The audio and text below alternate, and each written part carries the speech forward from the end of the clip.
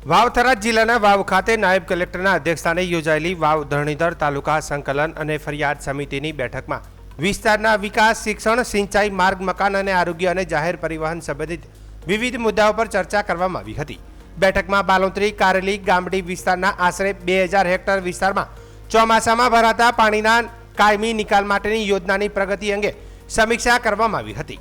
તે ઉપરાંત રાબડી પાદર અને ચંદનગઢ ગામે આંગણવાડીના નવા મકાનો, ગોલગામ પીએચસીની બાઉન્ડ્રી વોલ અને સપરેડા ગામની પ્રાથમિક શાળાના મકાનના કામ અંગે ચર્ચા થઈ હતી। જાહેર પરિવહનને લગતા મુદ્દામાં વાવથી ગોલગામ, નાળોદર, લોધરાણી, રાછેડા, આચુઆ, સપરેડા અને ઢીમા માર્ગે થરાદ સુધી નવી બસ સેવા શરૂ કરવાની માંગ તેમજ સણવાલ ગામે નવા બસ સ્ટેશનની જરૂરિયાત અંગે રજૂઆતો કરવામાં આવી હતી। શનિવાર અને રવિવાર બંધ રહેતી કેટલીક એસટી બસ સેવાઓ અંગે પણ ચર્ચા કરવામાં આવી હતી।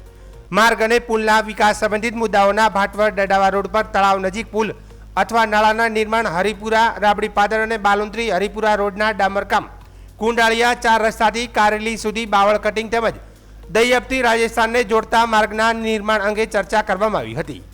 સિંચાઈ અને નર્મદા કેનાલ સંબંધિત અનેક પ્રશ્નો બેઠકમાં મુખ્ય રહ્યા હતા।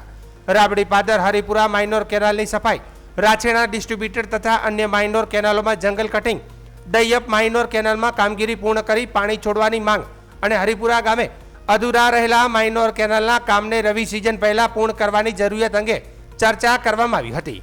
તે ઉપરાંત ભાસલી ડિસ્ટ્રીબ્યુટર કેનાલમાંથી વરનાળી તળાવ સુધી અંડરગ્રાઉન્ડ પાઇપલાઇન નાખવાની યોજના અને ભાચલી ગામ વિસ્તારમાં વરસાદી પાણીના નિકાલની વ્યવસ્થા અંગે પણ વિચારણા કરવામાં આવી હતી।